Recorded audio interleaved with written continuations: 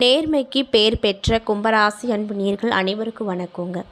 இன்றைக்கி நம்மளுடைய சேனலில் என்ன மாதிரியான சிறப்பான விஷயம்லாம் பார்க்க போகிறோன்னு பார்த்தீங்கன்னா, கும்பராசி அன்பு நேயர்களுக்கு சில பல ஆண்டுகளாகவே ரொம்பவே தொழில் ரீதியாக கஷ்டத்தை பார்த்துட்டு வந்திருப்பீங்க. இதுக்கு மேலே படிப்படியாக உங்கள் கஷ்டங்கள்லாம் குறைய போகுது அப்படின்னு சொன்னால் உங்களால் நம்ப முடியுமா?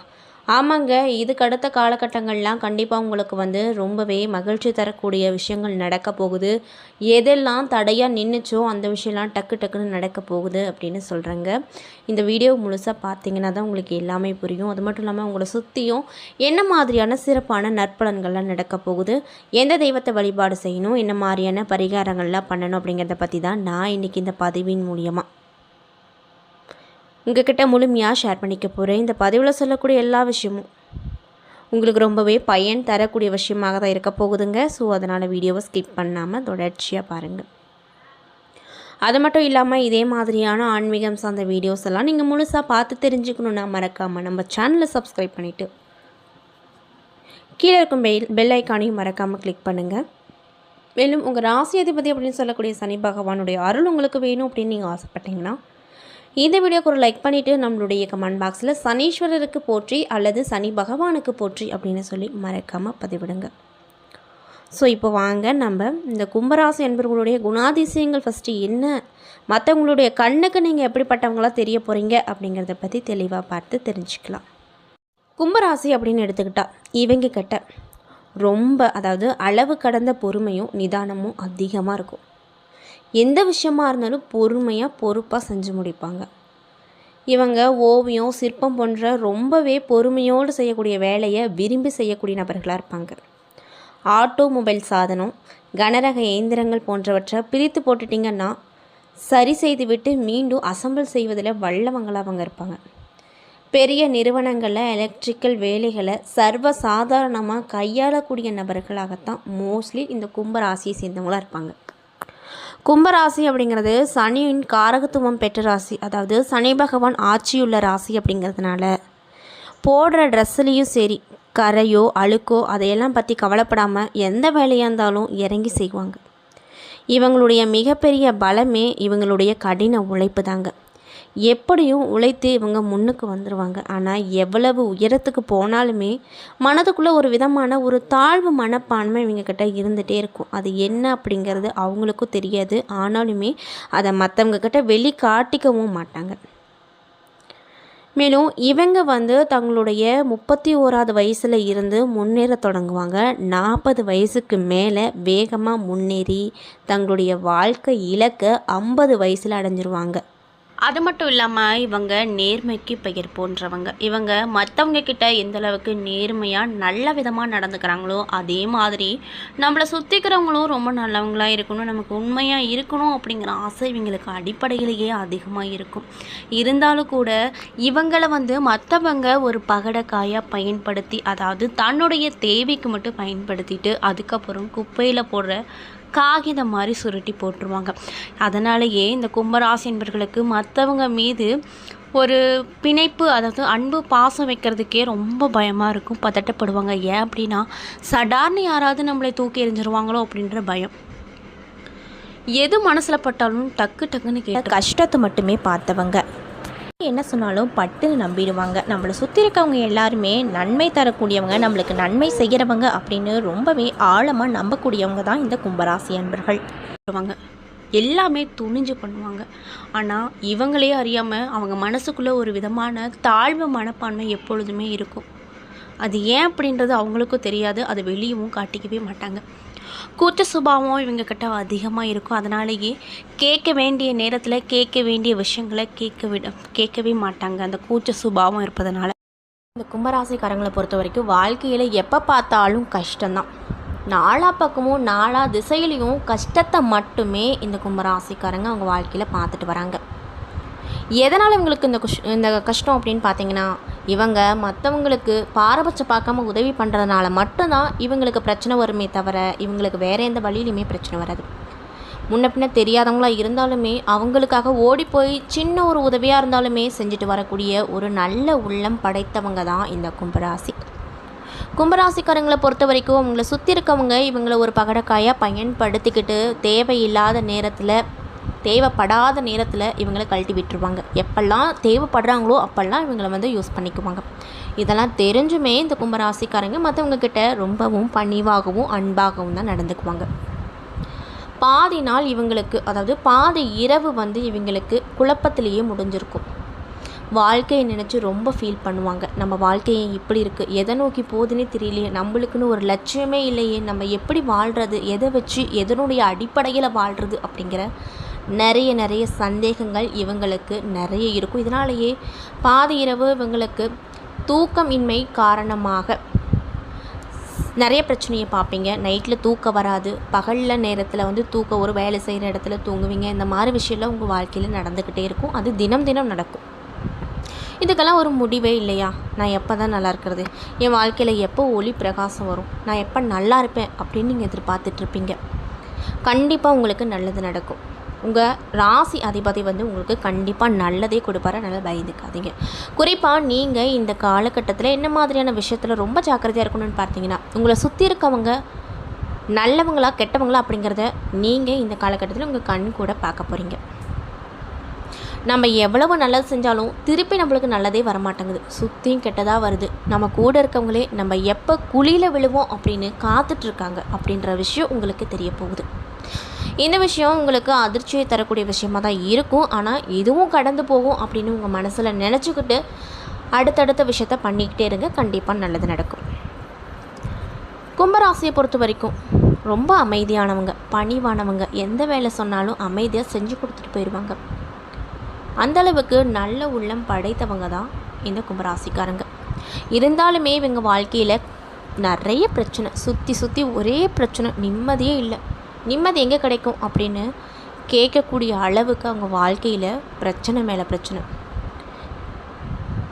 குடும்பத்தில் கடன் பிரச்சனையால் ரொம்பவே கஷ்டப்பட்டுட்டு வந்துட்டுருப்பீங்க. அந்த நிலையெல்லாம் மாறுமா அப்படின்னு கேட்டிங்கன்னா கண்டிப்பாக இந்த காலகட்டத்தில் அந்த நிலை மாறும். நீங்கள் என்னெல்லாம் நினைக்கிறீங்களோ கண்டிப்பாக அது நடக்கும். அதனால் கவலையே படாதீங்க. சனி பகவானுடைய அருள் நிச்சயமாக உங்களுக்கு கிடைக்கும். இதனால் உங்கள் பிரச்சனையெல்லாம் ஒரே முட்டுக்காக முடியும் அப்படின்லாம் சொல்ல முடியாது. படிப்படியாக கண்டிப்பாக முடியும். தெய்வத்தின் மீது சக்தி, அதாவது நம்மளுக்கு ஒரு சின்ன நம்பிக்கை வேணும்ல, நம்மளுக்கு இது நடக்கணும் அப்படின்னு நம்பிக்கையோட கடவுள்கிட்ட வேண்டிக்கோங்க. கண்டிப்பாக ஒவ்வொரு பிரச்சனையாக சால்வ் ஆகும். இந்த பிரபஞ்சமே ஒரு சக்தி வாய்ந்த ஒரு பிரபஞ்சம்தான். ஒரு நம்பிக்கை இருந்தால் தான், ஒரு விஷயத்து மேலே நம்பிக்கை இருந்தால் தான் நமக்கு இது நடக்கும் அது நடக்கும் அப்படிங்கிற ஒரு எண்ணம் தோன்றும். அந்த மாதிரி கடவுள் மீது முழு நம்பிக்கையை வைங்க. கண்டிப்பாக நீங்கள் என்ன நினைக்கிறீங்களோ அது நடக்கும். நல்லதே நினைங்க, நல்லது பண்ணுங்கள். முடிஞ்ச அளவுக்கு 4 பேருக்கு உங்களால் முடிஞ்ச உதவிகளை பண்ணி கொடுங்க, தானங்கள் பண்ணுங்கள். கண்டிப்பாக நல்ல பலன் அந்த கடவுள் கொடுப்பாங்க.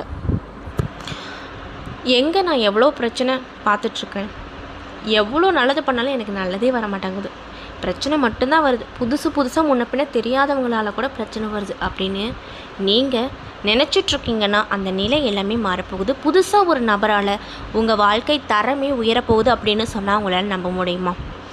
ஆமாங்க, இந்த காலகட்டத்தில் உங்கள் வாழ்க்கையில் புதுசாக ஒரு நபர் மூலியமாக, அந்த புதுசாக வர நபர் யார் அப்படின்னு கேட்டிங்கன்னா உங்கள் கூட ஏற்கனவே பழகினவர்களாக இருக்கலாம், உங்கள் குடும்பத்தில் ஒருவராக இருக்கலாம், முன்ன பின்ன தெரியாத ஒரு நபராக இருக்கலாம். கண்டிப்பாக உங்கள் வாழ்க்கையில் அந்த ஒரு நபரால் நிறைய மாற்றங்களும் முன்னேற்றங்களும் உங்கள் வாழ்க்கையில் பார்ப்பீங்க.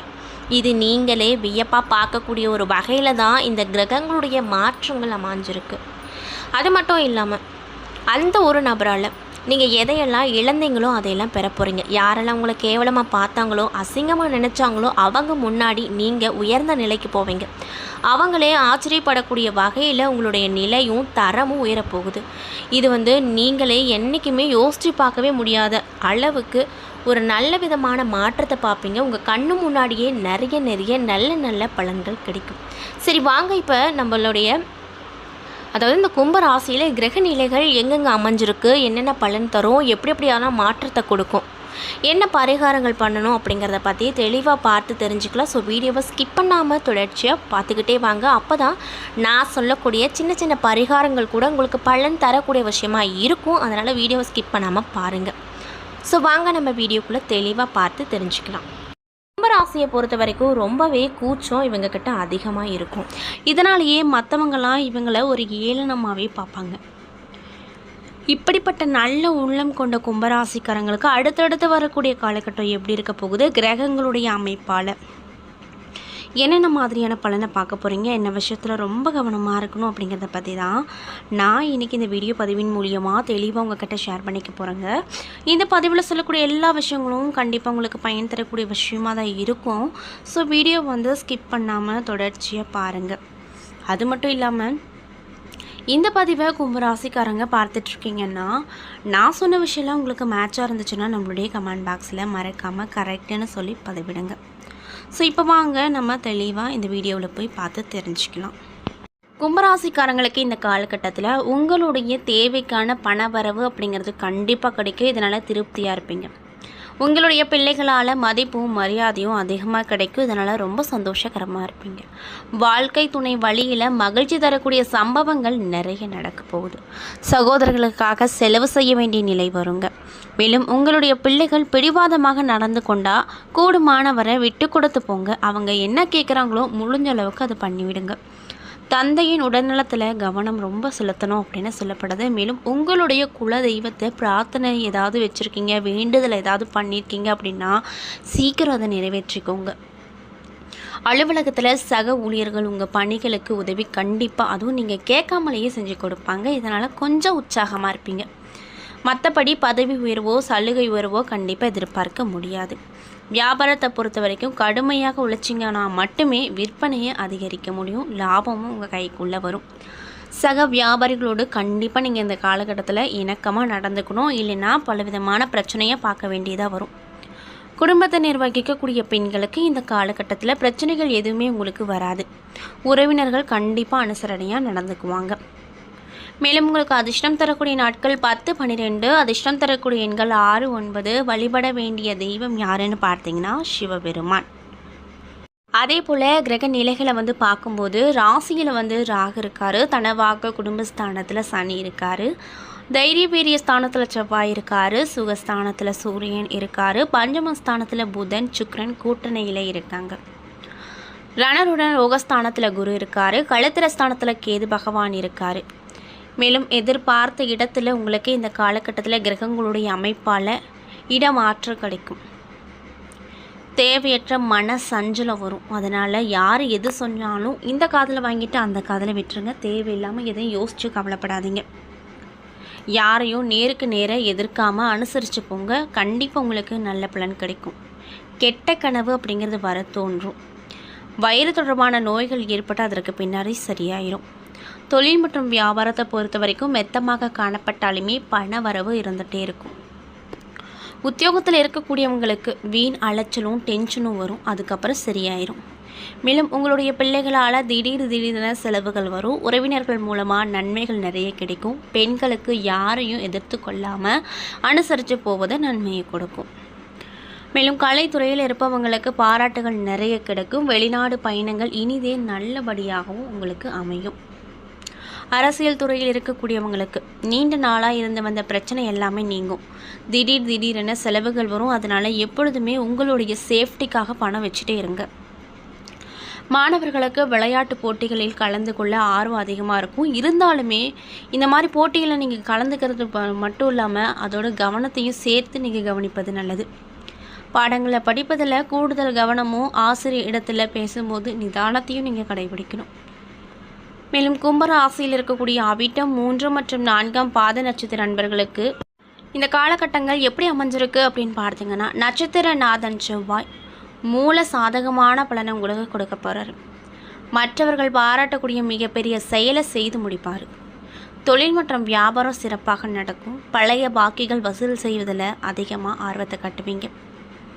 புதிய ஆர்டர்கள் கண்டிப்பாக கிடைக்கும். அதனால் கவலைப்படாதீங்க. முக்கிய நபர்களின் ஆதரவும் அவங்களால லாபமும் கிடைக்க போகுது. உத்தியோக ரீதியாக பார்த்தோன்னா பணம் சம்பாதிக்கக்கூடிய திறமை அதிகரிக்கும். மேல் அதிகாரிகள் கொடுத்த வேலையை திறமையோடு செஞ்சு முடித்து பாராட்டப்படுவீங்க.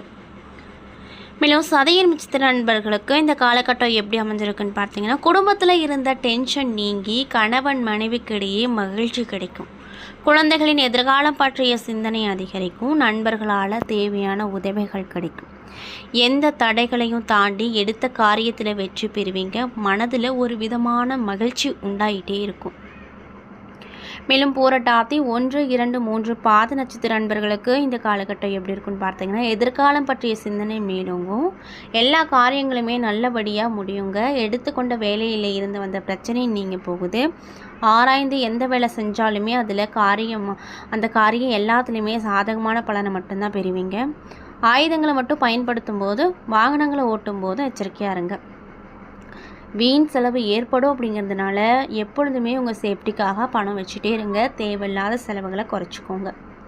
அடுத்தவருக்கு எவ்வளவு நல்லது செஞ்சாலுமே அது எடுபடாமல் போகலாம். அதனால் யாருக்கும் இந்த காலகட்டத்தில் வாக்குறுதி கொடுக்காதீங்க.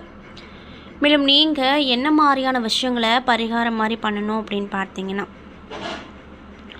சிவபெருமான வழிபட்டு வர எல்லா தடைகளும் நீங்கும். காரியத்தில் வெற்றி கிடைக்கும். மனதில் ஒரு விதமான மகிழ்ச்சியும் கிடைக்கும்.